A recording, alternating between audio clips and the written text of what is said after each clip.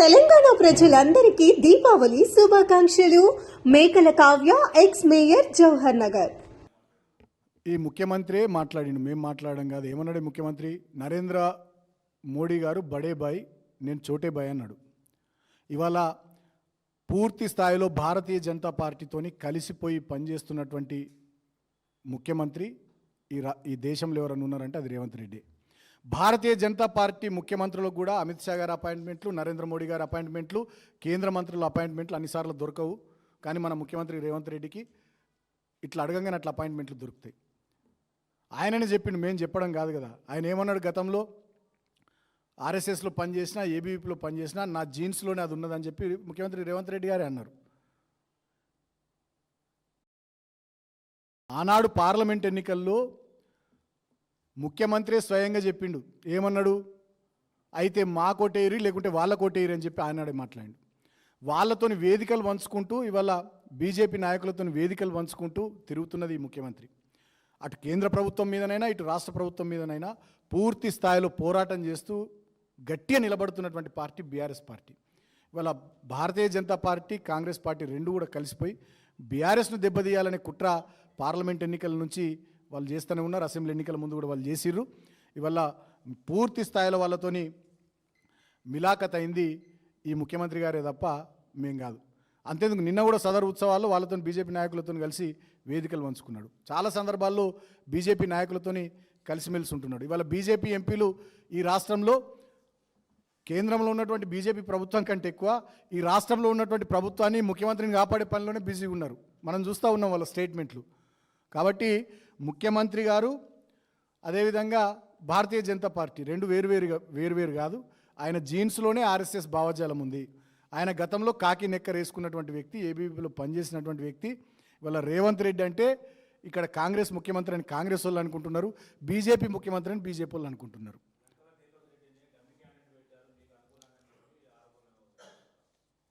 అసలు గతంలో Bharatiya Janata party MP అభ్యర్థుల మీద డమ్మీ క్యాండిడేట్లను కాంగ్రెస్ పార్టీ తరపున పెట్టింది ఈ ముఖ్యమంత్రి రేవంత్ రెడ్డి.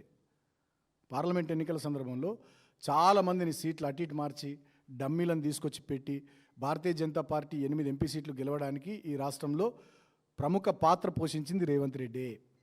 ఆయననే చెప్పిండు. ఏమని చెప్పిండు ఆయన? అయితే కాంగ్రెస్ కోటేరి లేకుంటే బీజేపీ కోటేరి అని ఆనాడు పార్లమెంట్ ఎన్నికల సందర్భంలో ఆయననే చెప్పిండు. ఆయన సొంత నియోజకవర్గం కొడంగల్.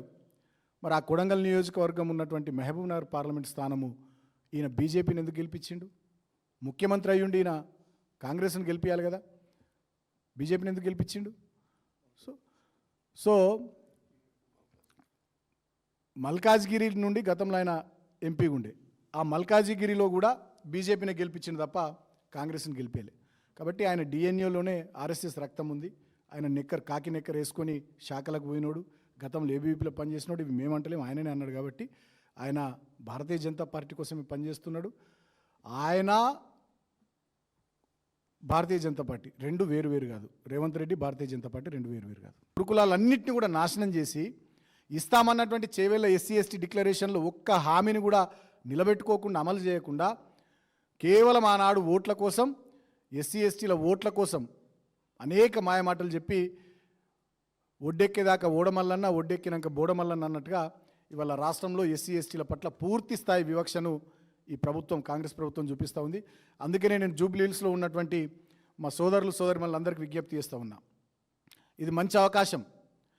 ఎస్సీ ఎస్టీలు తలుచుకుంటే, ఎస్సీ ఎస్టీలు తిరగబడితే ఈ ప్రభుత్వానికి పుట్టగతులు ఉండవని చెప్పి నిరూపించుకోవాల్సినటువంటి సందర్భం వచ్చింది. జూబ్లీ హిల్స్ ఉప ఎన్నికల్లో మనల్ని మోసం చేసి మాయమాటలు చెప్పి మన ఓట్లతోని గద్దెనెక్కి ఇవాళ ఒక్కటంటే ఒక్కటి కూడా మనకు చెప్పిన మాట అమలు చేయకుండా ఇంకా దుర్మార్గంగా దళితుల మీద దాడులు చేసుకుంటూ, గురుకులాల్ని నిర్వీర్యం చేసుకుంటూ, అంబేద్కర్ ఓవర్సీస్ స్కాలర్షిప్ని పక్కన పెట్టేస్తూ, అంబేద్కర్ మహానుభావుని బందీ చేస్తున్నటువంటి ఈ కాంగ్రెస్ ప్రభుత్వానికి గుణపాఠం చెప్పే విధంగా జూబ్లీ హిల్స్ ఉప ఎన్నికల్లో ఎస్సీ ఎస్టీ సోదరులంతా కూడా కాంగ్రెస్ పార్టీకి వ్యతిరేకంగా గట్టిగా నిలబడాలని చెప్పి, కాంగ్రెస్ పార్టీకి తగిన రీతిలో మీ ఓటు ద్వారా బుద్ధి చెప్పాలని చెప్పి, మీకు అన్ని రకాలుగా అండగా ఉండి ఎస్సీల సంక్షేమం కోసం కేసీఆర్ గారి నాయకత్వంలో స్పెషల్ డెవలప్మెంట్ ఫండ్ చట్టాన్ని తీసుకొచ్చినాం. భారతదేశం లెక్కలేదు, ఫస్ట్ టైం తెలంగాణలో తీసుకొచ్చినాం. 125 అడుగుల బాబాసాహెబ్ అంబేద్కర్ విగ్రహాన్ని పెట్టినాం. 236 గురుకులాలు కేవలం ఎస్సీ పిల్లల కోసం పెట్టినాం. వాటిలో డిగ్రీ కళాశాలలు, ఇంటర్మీడియట్ కాలేజీలు కూడా ఏర్పాటు చేసినాం. అంతేకాకుండా సచివాలయానికే డాక్టర్ బాబాసాహెబ్ అంబేద్కర్ గారి పేరు పెట్టినాం. దళిత బంధు లాంటి వినూత్నమైనటువంటి పథకం, విప్లవాత్మకమైనటువంటి పథకం దళిత వర్గాల కోసం ఈ రాష్ట్రంలో తీసుకొచ్చినాం. ఇంకా చెప్పుకుంటూ పోతే అనేక రకాలైనటువంటి కార్యక్రమాలు దళిత వర్గాల కోసం ఆనాడు బీఆర్ఎస్ పార్టీ కేసీఆర్ గారి నాయకత్వంలో చేసింది. కాబట్టి దళిత గిరిజన వర్గాలు ఈ ఎస్సీ ఎస్టీ డిక్లరేషన్ పేరిట మనల్ని మోసం చేసిన కాంగ్రెస్ పార్టీకి బుద్ధి చెప్పాలి ఈ జూబ్లీహిల్స్ ఉప ఎన్నికల్లో.